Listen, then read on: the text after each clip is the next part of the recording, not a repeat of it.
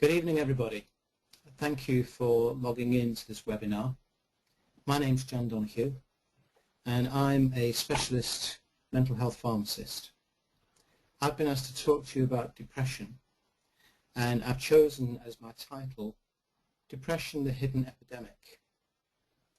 The reason I've chosen this title is that despite the pain and distress that depression can cause, about half of people with what health professionals would call clinical depression, that's depression that is severe enough to have a major impact on your quality of life, about half of these people don't seek help. It could be that they simply don't realize that help is available, or it could be due to the colossal stigma that is associated with depression. And of course there is an anti-stigma campaign underway at the moment. It could be that they think that medical help is not the right kind of response to a condition that affects your feelings and emotions. Or it could be that they've tried help before and it failed. Or it could be that the condition itself has so sapped their sense of any optimism that they could get better, that they see the idea of seeking help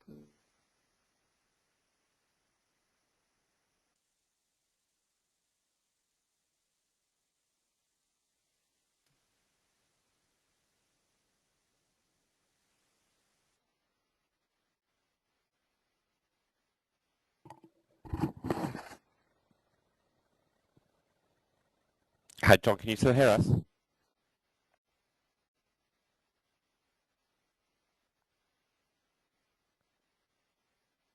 Um, Hi, John, can you still hear us? Okay, sorry about this, everyone. If you give me a few minutes, we'll see if we can get John back on the line.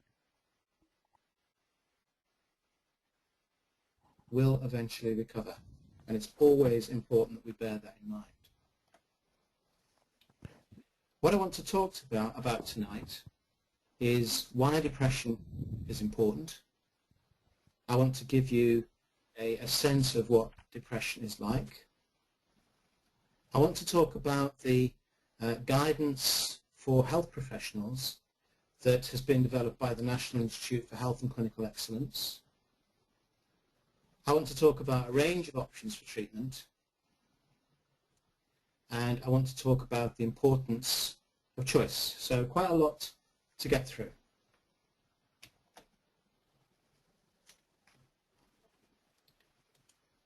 The World Health Organization has estimated that by the year 2020, depression will impose the second greatest health burden worldwide, second only to heart disease. So a greater health burden, for example, than AIDS, or alcoholism, or schizophrenia, or any of the other conditions that we normally think of as being very burdensome. Already, again, the World Health Organization has said that depression is the single greatest cause of disability in the world. And this was a finding that was confirmed in a recent international study in over 500,000 people from 20 different countries. It was found that the burden that's associated with depression is greater than with other chronic conditions. And they specifically looked at angina, arthritis, asthma and diabetes because these conditions are known to be associated with high health burdens. Of all of these conditions, depression had the largest impact on making your health worse. And if you had depression in association with any of these other chronic illnesses, so for example, if you had depression with angina or depression with arthritis and so on, in those circumstances, those people have the worst health scores of all disease states. So from a worldwide perspective, depression is extremely important.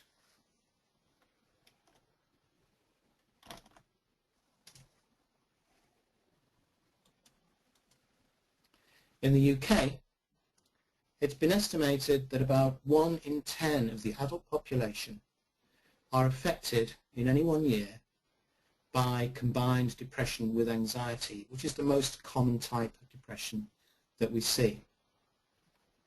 About 1 person in 5 who has an episode of depression will not fully recover from their first episode.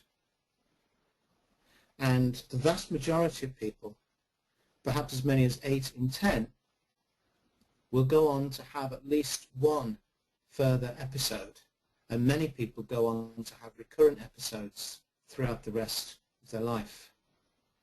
And it's this chronic and then remitting but then relapsing nature of the condition that adds to the burden. The burden is a cumulative burden over a long period of time. There's also an important economic aspect to depression. And given how important this is, it's perhaps surprising to note that the last major economic study of depression in the UK was done 10 years ago. In the year 2000, the cost of depression to the UK economy was estimated to be over £9 billion. That's £9,000 million, of which a small proportion was accounted for by the National Health Service costs, only £370 million. Over 100 million working days were lost each year, and in the year 2000 there were 2,615 deaths due to depression. Some of those because of neglect that can happen as part of depression, but the majority from suicide.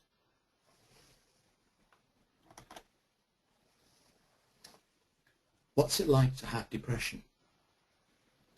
I think the best description that I can give you is one that was once given to me by a young man that I was working with. And he said, when you're not depressed, life is sweet. When you are depressed, life is not worth living. And it seemed to me that that was far more eloquent than anything that I might have to say about depression. It's important to understand that depression is part of a range of moods. And the range goes from normal unhappiness, which everybody experiences at some time in their life, through persistent and pervasive low mood. And I'll explain those terms. Perhaps the best example of normal unhappiness is grief. Virtually everybody goes through a grieving process when they lose somebody that's close to them, a close family member, a parent, or a brother or a sister or a partner. And grief is completely normal. But grief doesn't last. Grief doesn't persist. Eventually, we get through our grief and our lives get back to normal again. But depression isn't like that. Depression persists and it's pervasive. That means it affects every aspect of your life. And for some people, depression can cause severe distress to the point where they consider taking their lives. And as we've already seen, over 2,500 people every year in the UK do take their lives. And if there isn't that level of distress, there is still a large amount of disability. Depression is notoriously difficult to pin down. It involves a combination of signs and symptoms. Some of them are psychological, some of them emotional, and some of them are symptoms that affect your physical health. But there is no single symptom with which you can make a diagnosis of depression. A lot of people who have depression initially go and see their GP with physical symptoms. It might be, for example, loss of appetite or pain that can't be easily explained. And they may have a number of symptoms of depression, but without necessarily having a low mood. You can have depression without a low mood. And of course, their GP perhaps will respond to the physical symptoms and completely miss the fact that they have depression. So diagnosis is not easy, and obviously if diagnosis is not easy, then getting the right treatment is almost impossible. The two central features of depression are a persistent low mood and an ability to take an interest or pleasure from your normal activities. And there's no kind of set rule about which activities they might be. Some people, for example, might like to go to the cinema. Others might like to play golf, watch football, go dancing. It doesn't matter what your normal pleasurable activity is, it's what you lose interest in. So in order to have a diagnosis of depression, you have to have at least one of those two central features. And then there are additional signs which come from a range of psychological and physical symptoms. Changes in the way that you think, changes in the way that you behave, and difficulties in carrying out normal activities, including family activities, work activities, and social activities. And the diagnosis depends on the way that all of these different symptoms combine. And this combination of symptoms is called a syndrome.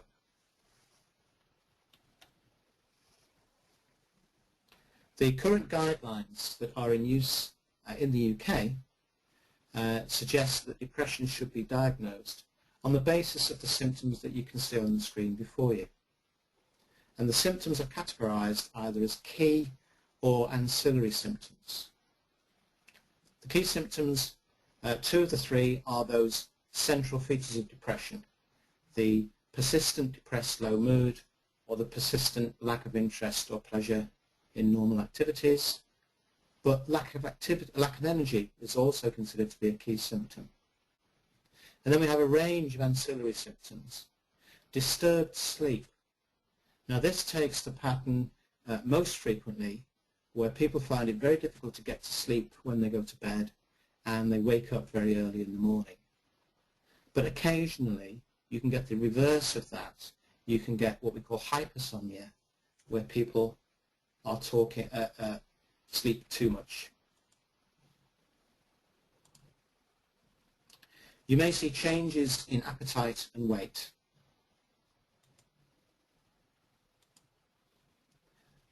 Most usually, people lose appetite, and of course that weight loss follows. But again, occasionally you can get comfort eating. People may have very low self-esteem. This makes relationships difficult. They may have signs of agitation, where they get very nervy, very excitable about things, or you can have the reverse of that, and people will slow down. There may be excessive guilt or self-reproach about things which literally you had no control over at all, but you still blame yourself for. People often have concentration difficulties, and ultimately people may have thoughts about death. And the thoughts about death may ruminate. So they may think, well, I'm just a burden. There's no point in my carrying on. I'd be better off dead. I'm sure people would be better off without me.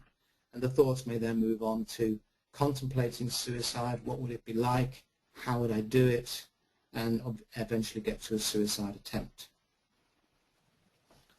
Mild depression is categorized as at least two of the key symptoms and two of the ancillary symptoms. Moderate depression is two or three key symptoms and then three or four ancillary symptoms, but you must have six at least in total. And severe depression is all three of the key symptoms and at least five of the ancillary symptoms. Now there is one limitation to this particular approach based on symptoms and symptom numbers, and that is that even with mild depression with a relatively low number of symptoms, the distress that is associated with this depression can still be severe. So in my view, we need to take account of both the symptoms and the distress that the symptoms are causing. I want to talk now about the guidance from the National Institute for Health and Clinical Excellence about the treatment of depression that has been produced for health professionals. For those of you who are listening who are not health professionals, this guidance is available to anybody. I've put the website address on the page there so you can see that. And the guidance from NICE can be downloaded free of charge by absolutely anybody. And there is also an explanation booklet for lay people. And I strongly urge people who are interested in depression to have a look at the NICE guidance. It's very helpful generally. What NICE recommends is what they call a stepped care model. And what that means is that as the severity of the depression increases, then the interventions that are offered to support the person with depression also increase in number and intensity. So at step 1, where we have people who have a history of depression or who have suspected depression, the recommendation is that people should be assessed, given support, some education and active monitoring. At step 2, where people may have persistent depressive symptoms but not enough symptoms to actually give us a diagnosis of depression, or for people who have mild to moderate depression, there should be psychosocial interventions, psychological interventions, and possibly medication and further assessment. Step 3 is for people where the subthreshold symptoms or mild to moderate depression hasn't responded to the treatments that have been offered, or have progressed to moderate to severe depression, then the interventions recommended are medication or high-intensity psychological interventions, or a combination, plus referral for other assessments and interventions.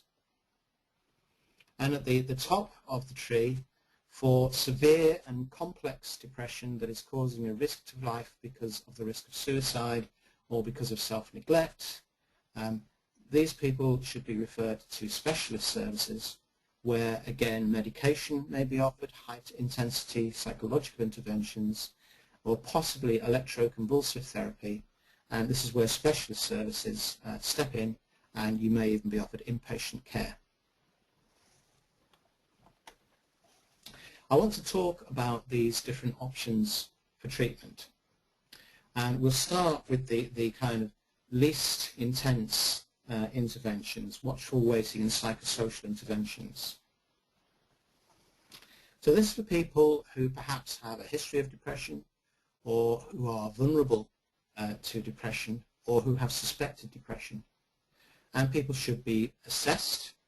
They should be offered support, perhaps from self-help groups, or perhaps from people who can help with problem solving, like marriage guidance perhaps, or debt guidance.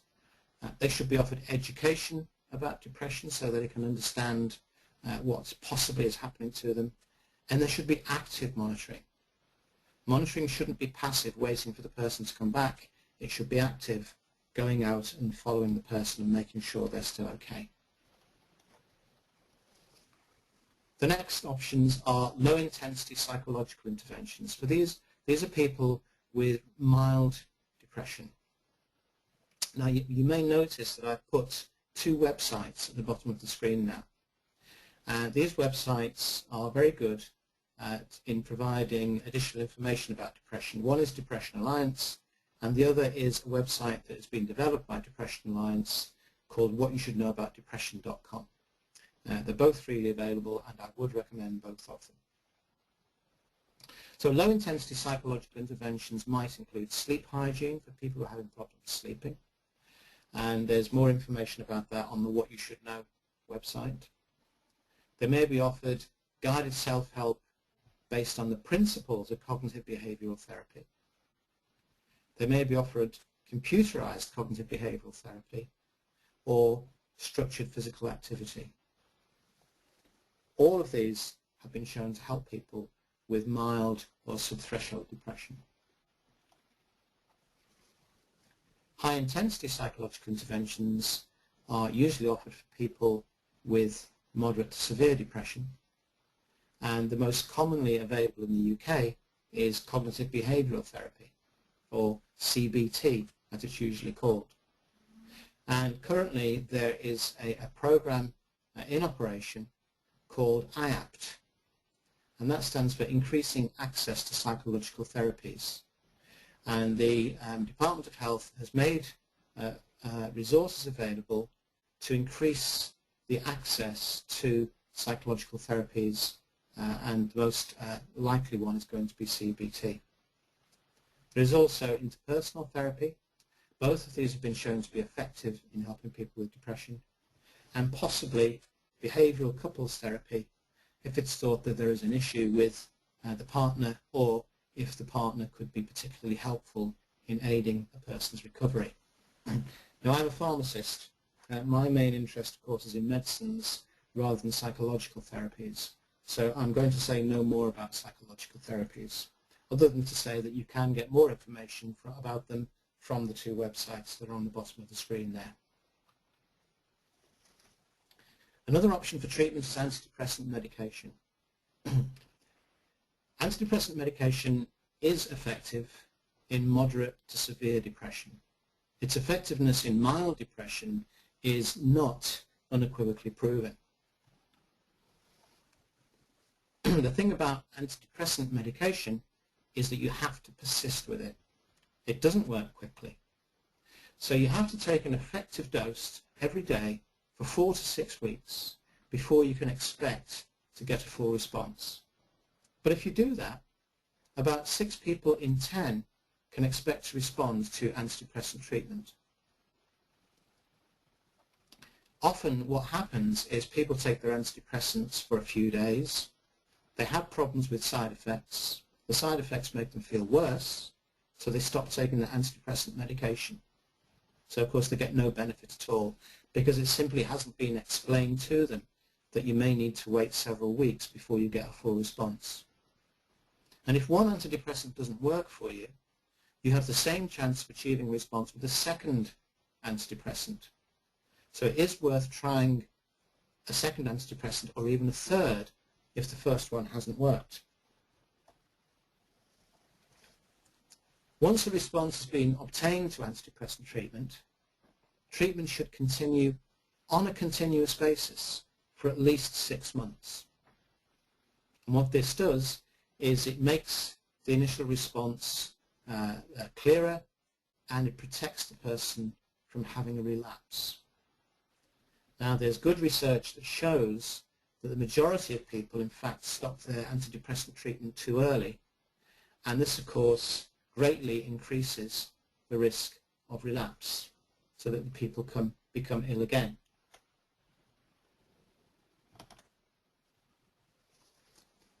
The NICE depression guideline says that the first choice antidepressant should usually be one called an SSRI. I always think that sounds a bit supersonic, but it's a class of antidepressants, and it's short for selective serotonin reuptake inhibitor, and it describes how these particular antidepressants work. The reason that NICE recommends this group of medicines is because they've been shown to be as effective as other antidepressants, but tends to have fewer problems with side effects. As I've already said, antidepressants are effective in moderate to severe depression, but they're only effective if they're taken regularly, which most people don't do. That's possibly because people have concerns about taking antidepressants in the long term. Many people do think that antidepressants are addictive. I can tell you categorically they are not addictive, and if you go on the What You Should Know About Depression website, it explains very clearly why they're not addictive, but we don't have time for that tonight, I'm afraid. All medicines have side effects, and of course that includes antidepressants. And the drug that doesn't cause side effects hasn't been invented yet. Side effects should be discussed with your doctor or with your pharmacist, because some of the side effects are short-lasting and wear off. Some of the side effects can be managed with things like diet and other things. So it's always worth talking to your pharmacist or doctor about the side effects, and if you do have problems with side effects, don't be afraid to tell them you may need a different treatment. There may be something that we can do to help with the side effects. The other thing to remember about antidepressants is that when treatment comes to an end and you stop taking them, it's possible to have a further set of side effects which are called discontinuation symptoms. In the main, these discontinuation symptoms are not anything to worry about, and for the vast majority of people, they last only a short period of time and then go away. If the side effects are persistent, again, there are things that we can do to help. The next option is combined treatment, and probably the most common combination is an antidepressant with a psychological intervention such as CBT. Occasionally you will find people on combinations of antidepressants. This is something that should be done only by experts, because there are some antidepressants which should not be given with each other, and so it should be done under specialist care only. And some people will have combinations of antidepressants with other medicines entirely. The most common one is with a medicine called lithium, and again, this should be done only under the supervision of specialists. We now come to specialist treatments. Electroconvulsive therapy is a controversial treatment, even though it's been around for decades. And electroconvulsive therapy involves giving a person a general anesthetic, so you are asleep when it happens, and putting electrodes on the head and giving you a shock which induces something like an epileptic fit. It's a very effective treatment, but it's reserved only for people who have very severe depression that might be causing a risk to their life, or in depression that hasn't responded to the other forms of treatment. A new treatment is transcranial magnetic stimulation, but this has not been approved by NICE and should be used only as part of a research program. I want now to come to the importance of choice. The NICE Depression Guideline talks about person-centered care and says that treatment and care should take into account the needs and the preferences of the individuals concerned. People should have the opportunity to make informed decisions about their care and treatment, and of course they can only do this if they have access to good information. Depression Alliance has done a lot of work in promoting choice for people with depression. And last year they produced this report called Daring to Choose, which I'm proud to have been associated with, which gave 10 ways to deliver choice for people with depression and anxiety, and of course was aimed mainly at health professionals. Most people don't understand that choice is in fact National Health Service policy. And I'll just show you a few examples of the various publications that have come from the Department of Health and the NHS in general, choice, not just in depression, but for all therapy areas, culminating, of course, last year with the new NHS Constitution, which clearly states that people have a right to choice.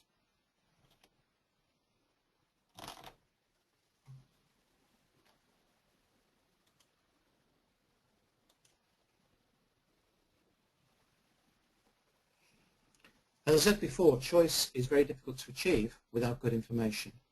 And that's what What You Should Know About Depression.com website is all about. It gives people the information that will help them to make informed decisions about their treatment. Why is this important? Well, it's important because people have a right to personalised care.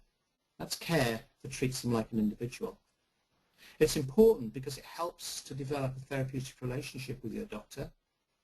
It's important because one of the things that we should be trying to achieve for people with depression whose willpower is perhaps sapped is to help with autonomy, and it's important because it supports self-care. However, in a survey that Depression Alliance did last year, we found that only a minority of people were involved in treatment choices or even informed there was a choice of treatments or told about psychological therapies, and that's something that needs to change. Similarly, in terms of people being given information, only a minority of people said they thought they'd been given enough information about depression, about the different treatment options, about antidepressants, or about talking therapies. And again, that needs to change, and that's why we've created this What You Should Know About Depression website. A quick final word about perhaps room for improvement. The National Health Service tends to treat depression in what we call an episodic way. A person goes to see their GP because they feel not very well, the GP treats them, they go away, and that's the end of the episode. But we know that depression has a high risk of becoming a remitting and relapsing condition. So that's not good enough. And what we should be doing is a systematic system of acute continuation and maintenance interventions that follows people up proactively. That's what the health service needs to do to improve its management of depression. To summarize, depression is common, it's distressing and disabling. The NICE guidance advises stepped care, which increases the intensity of interventions as the severity of depression increases. Options for treatment include psychological therapies and medication. At the moment, most people will be offered medication, but access to psychological therapies is increasing. Unfortunately, most people who are given antidepressant medication don't take it for long enough. And finally, better information and more choice is something that we all of us hope will soon become available to help people with depression. That's everything I wanted to say, apart from thank you very much for listening. I will do my best to respond to your question, and I'll leave you with one final slide with those key website addresses. Thank you. Wow, thank you very much, John. That was very clear. We've got a few questions coming in already. Just a reminder to everyone there, you can just type in your questions in the question box and I'll read them out. If you're ready, John, the first question we have is just goes back to a slide that you showed fairly early on. You said that you could have depression without not necessarily having low mood. Can you just explain what that is and what the difference is? Sorry, Joel, I didn't hear the last part of that. Sorry, yeah, can you just explain what you mean by saying that you can have depression but not necessarily with a low mood? Yeah. In order to make a clinical diagnosis of depression, you must have at least one of the three key symptoms. So you must have either low mood, or you must have a loss of interest in the things that you usually like to do, or you must feel tired all the time. There's this fatigue element. Now, to make a diagnosis, you have to have any two of those three for mild depression. So it could be that you have a loss of interest in the things that you usually like to do. You may feel tired all the time, but you don't necessarily have a low mood. But you would still then qualify for a diagnosis of depression.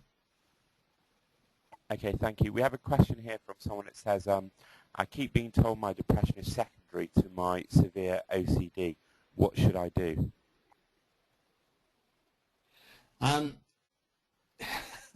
That is a very good and very difficult question. If depression is secondary to OCD, then I think that most clinicians would seek to treat the primary cause. They'd seek to treat the OCD first, and as the OCD responds to treatment, you would expect the depression to respond to treatment as well. OCD, in fact, is often treated, if it's being treated with medication, is often treated with antidepressants. So if that's the case, the antidepressants that are treating the OCD may also treat the depression as well. Okay, there's a question here from someone that says, what is your view on 5-HTP? I'm not entirely sure whether I know what that means. I'm guessing they mean 5-hydroxytryptamine. Yep, they've written that. I just couldn't say it. That's right. Sorry? Yes, that's right, John. Well, 5-hydroxytryptamine is another name for serotonin. And serotonin is one of the naturally occurring chemicals in the brain that we think is associated with depression.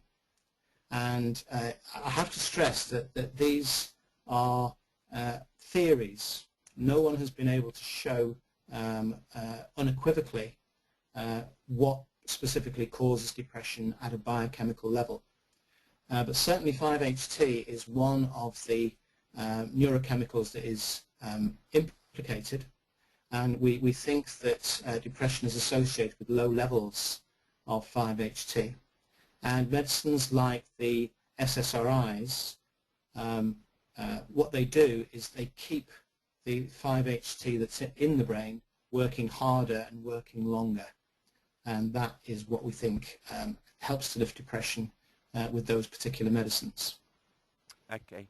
There's a question here. It says, what help can people with depression give to other people with depression? Oh, I think they could give an enormous amount of help. When you're depressed, part of the condition is often that you don't have any motivation to do anything. You don't have motivation to seek help, you don't want help, you don't believe that help can work. And if someone has experience of depression, they will know that. And they can provide an enormous amount of encouragement to people who are depressed now to seek help, perhaps to join self-help groups, for example, take exercise, to make sure they get the best out of whatever treatment is prescribed, whether it's a psychological therapy or whether it's medication. And also, I would love to see people who have experienced depression themselves being used as educators for people who have depression now. Okay, thank you, John. There's a question about exercise. Is it true that it is so helpful for depression? What role can it play in getting better and staying better? It's a funny thing, exercise, isn't it? Because it's good for just about everything. But absolutely, exercise is very helpful for people with depression. Apart from anything else, if you are lacking in motivation, and if you're feeling tired and you're thinking to yourself, there's no way that I can do any of this, just getting out and getting some exercise is proving yourself wrong about those things. And there is lots of evidence now, and the evidence is increasing, that exercise is extremely beneficial in depression, and I would certainly recommend it very strongly. Okay, thank you, John. There's a question here about CBT. Is CBT treatment for depression the same as CBT for OCD? I'm really not qualified to answer that question, I'm afraid. I honestly don't know the answer. Okay, well, we can see who asked that, so we can probably we can get an answer to you some way. That's not a problem. John, if you're happy to take one more question, it would say, if you could do one thing about depression, what would it be? If I could do one thing, oh my goodness.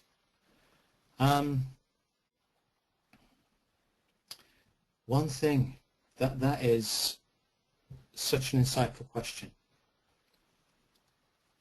I think if I could do one thing about depression, it would be to increase the awareness of depression and its importance, and that it's something that should not be stigmatized as far as I possibly could. Okay, sorry, there's some more questions that are popping up. We've still got a few more minutes if you're happy to take some more. There's a question that says, can I insist that my depression is treated with talking therapies?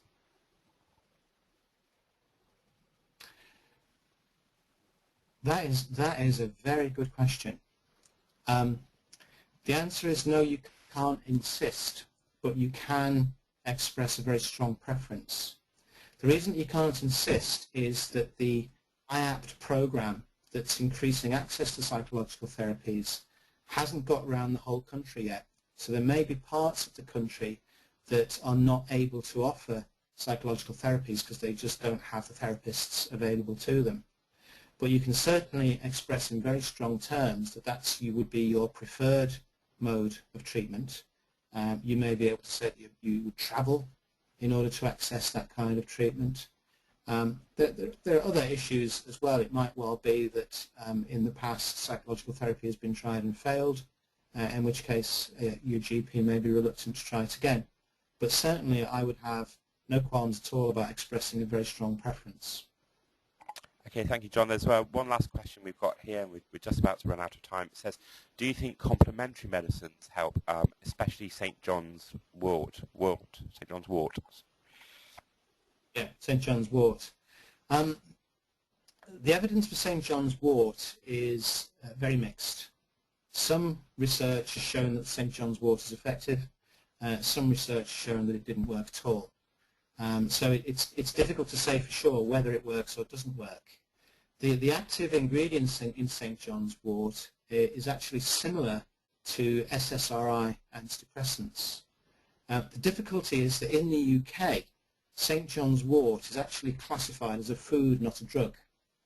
And so there is no standardization about the amount of St. John's wort or the active ingredient hypericum that you get in all the different preparations.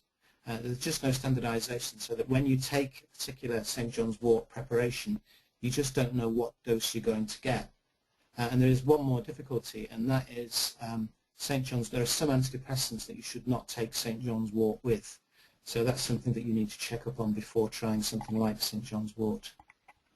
Okay, John, that was the last of the questions we have, and we're absolutely bang on time. So thank you, first of all, to everyone who participated. Thank you for your good questions. Just a reminder that this is being recorded, and you'll be able to download it from the OCD Week website. That's www.ocdweek.org. From Monday it should be available. There's some of the past webinars are on there already if you want to have a look. And finally, John, thank you very much for your time. It's very much appreciated. And good night to everybody. It's been a pleasure. Thank you.